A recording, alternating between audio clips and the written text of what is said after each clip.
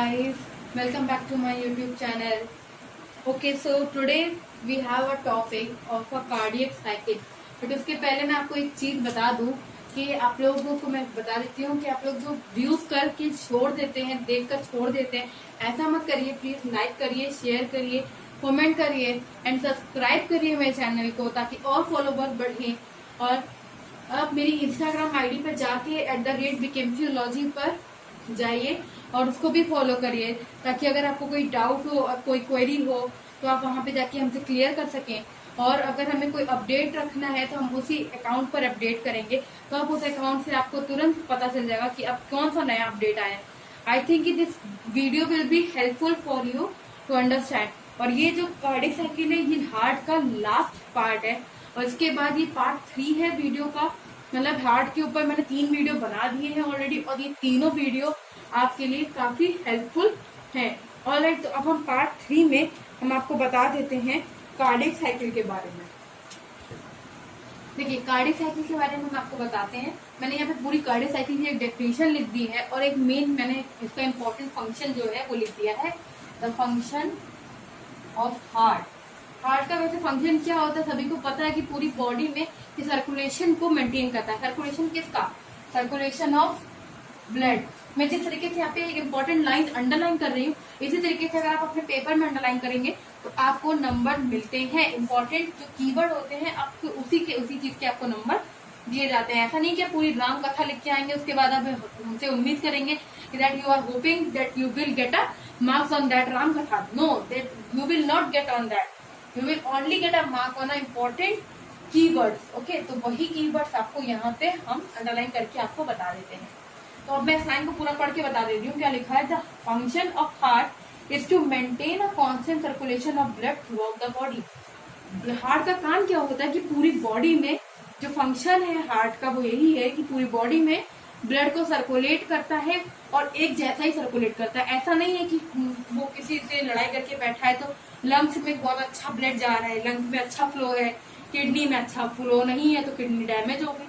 वो तभी होता है केवल जब वो कोई बॉडी ऑर्गन जो है वो अपना वर्क सही से नहीं कर रहा है या कोई नर्व जो है वो ब्लॉक हो गई है, तभी ऐसी चीज हमको देखने को मिलती है कि कोई और बॉडी ऑर्गन खराब हो गया, उस तक हार्ट जो हार्ट है वो उस तक ब्लड को सही से पंप नहीं कर पा रहा है। That is the problem. But हमेशा ऐसा नहीं होता, वो हर जगह पे इक्वल ही ब्लड को पहुंचाता है। ऑलराइट, उसके आगे देखिए क्या लिखा है, the heart act as a pump. Heart का काम कैसा होता है? पंप करता है, क्योंकि वो ब्लड को पंप करने का काम करता है।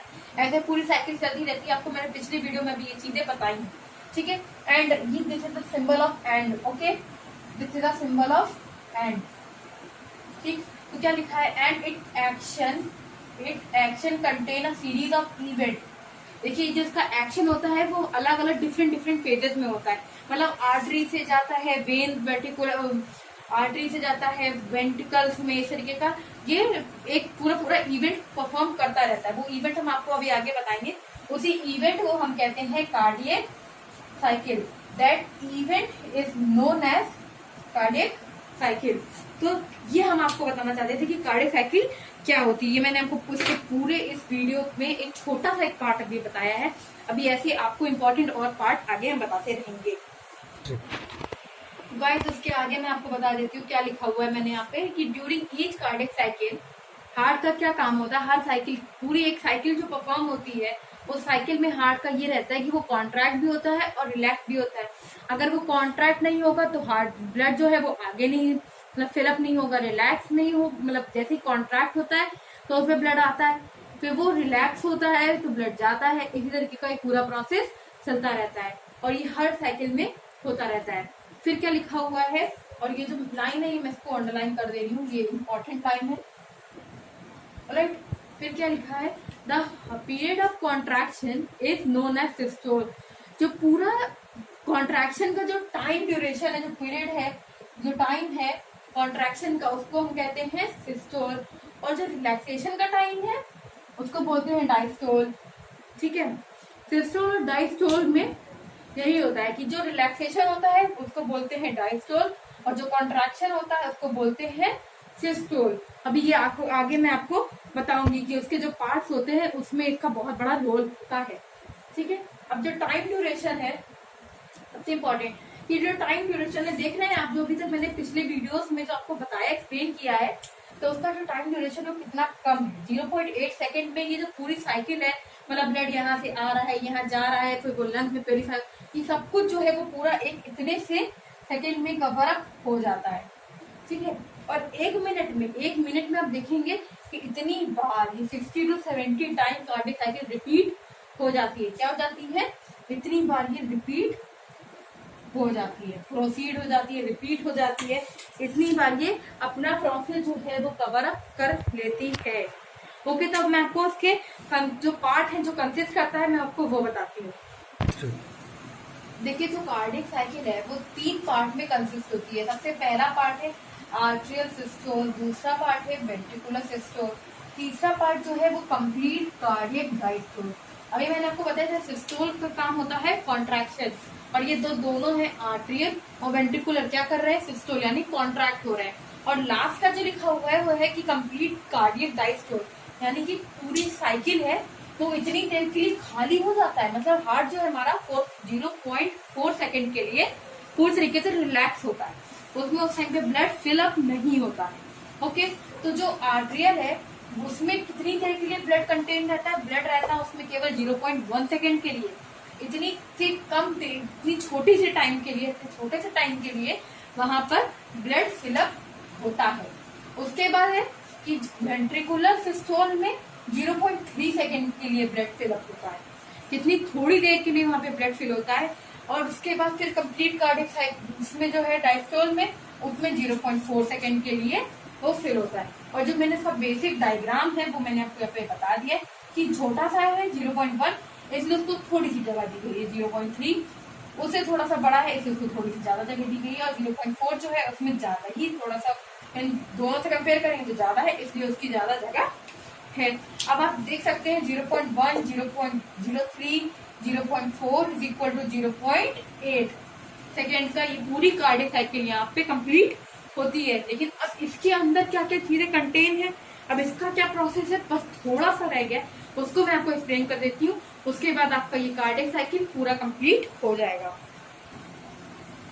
देखिए, अब इसमें जो आगे का है मैं इसको बोल के ही आपको एक्सप्लेन कर दे रही हूँ, क्योंकि अब इसमें लिखने का कोई वो रीजन नहीं है, ठीक है। मैं आपको लिख कर इसमें क्या बताऊँ, ठीक है। तो इसमें जो पहला जो फेज है, अब देखिए ये जो 3 का पार्ट है, ये तीनों पार्ट जो है ये 3 फेजेस में, डिफरेंट 3 फेजेस में कवर अप होते हैं। पहला फेज है आर्टियल सिस्टोल, दूसरा फेज है वेंट्रिकुलर सिस्टोल, और ये तीसरा जो फेज है ये हो गए, तीनों फेज हमारे कवर अप होते हैं।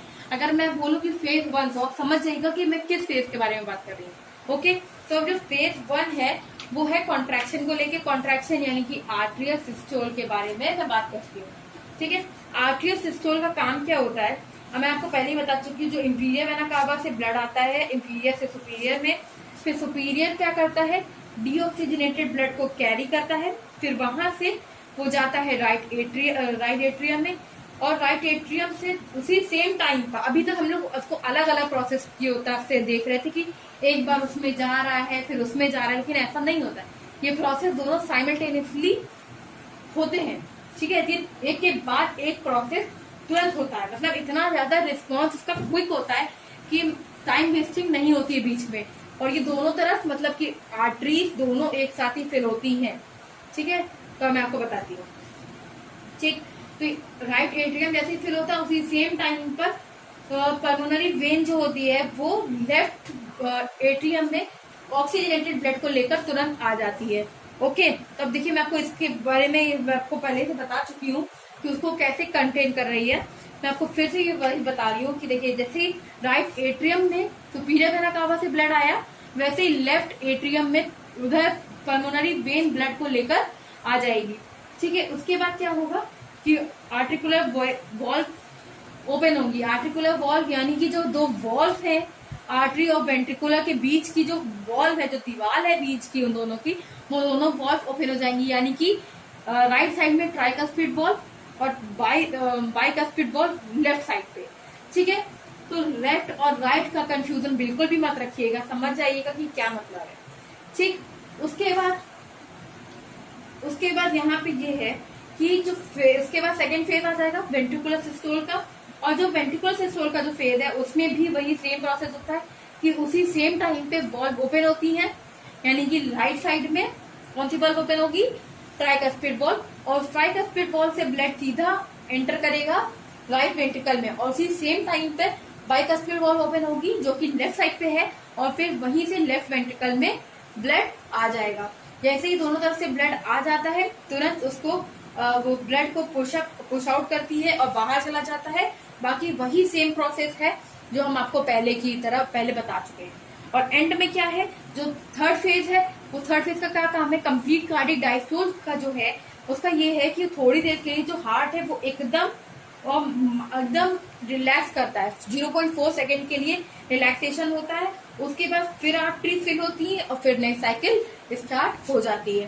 तो ये रहा, मैंने आपको ये पूरी चीज बता दी है। अब मैं आपको इसका ये जो मैंने आपको बताया है मैं उसको एक बार आपको शो कर दे रही हूँ कि मैंने कहाँ से आपको बताया। आप उसको पॉज करके एक बार रीड कर सकते हैं, बहुत सिंपल है, बहुत इजी में आप उसको समझ सकते हैं। ओके, जो इसका नोट्स है, जो कार्डिक साइकिल के जो नोट्स है वो बहुत ही छोटा सा है, तो मैं वो नोट्स जो है मेरी इंस्टाग्राम आईडी पे @vikemfiology पे उसको अपलोड कर दूंगी। आप उसको फॉलो करें, वहां से आपको वो नोट्स मिल जाएंगे। ठीक है, तो आपको जो कोई भी नोट्स चाहिए होंगे मैं उस पर पोस्ट करती रहूंगी, आप वहां से उस नोट्स को ले सकते हैं, उसका जेरॉक्स करवा सकते हैं, फोटोकॉपी करवाइए, उसको रीड आउट करिए, या फिर आप अगर लिख लेंगे तो बहुत अच्छा रहेगा, क्योंकि लॉकडाउन तो चल ही रहा है। तो इससे आपको काफी फायदा रहेगा कि अगर आप अपने आप से उसको लिख देते हैं। ओके, तो guys wait for my next video, and till then tata bye bye, good night, see you.